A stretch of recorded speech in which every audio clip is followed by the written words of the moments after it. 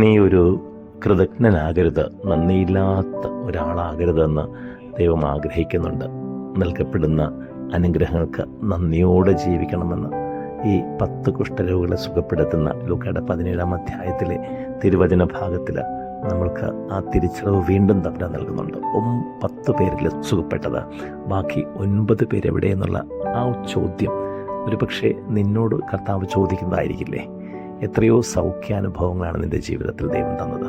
എത്രയോ സമൃദ്ധിയുടെ, എത്രയോ സൗഖ്യത്തിൻ്റെ, എത്രയോ സംരക്ഷണത്തിൻ്റെ അനുഭവങ്ങളിലൂടെ നീ കടന്നുപോയിട്ടുണ്ട് ഈ കുറഞ്ഞ ജീവിതകാലത്തിൽ. നന്ദിയുടെ ഒരു മനസ്സാണോ നിൻ്റേത്, അതോ പരാതിയുടെ ഒരു മനസ്സാണോ? എല്ലാ കാര്യത്തിലും എല്ലായ്പ്പോഴും നന്ദി പറയണമെന്ന് കർത്താവ് ഓർമ്മിപ്പിക്കുമ്പോൾ ഈ നന്ദി പറയാൻ തിരിച്ചു വന്നതിനെക്കുറിച്ച് കർത്താവ് സാക്ഷിച്ചത് ഇങ്ങനെയാണ്: നിൻ്റെ വിശ്വാസം നിന്നെ രക്ഷിച്ചിരിക്കുന്നു. സൗഖ്യവും രക്ഷയും തമ്മിൽ വ്യത്യാസമുണ്ടെന്ന് മറക്കരുത്.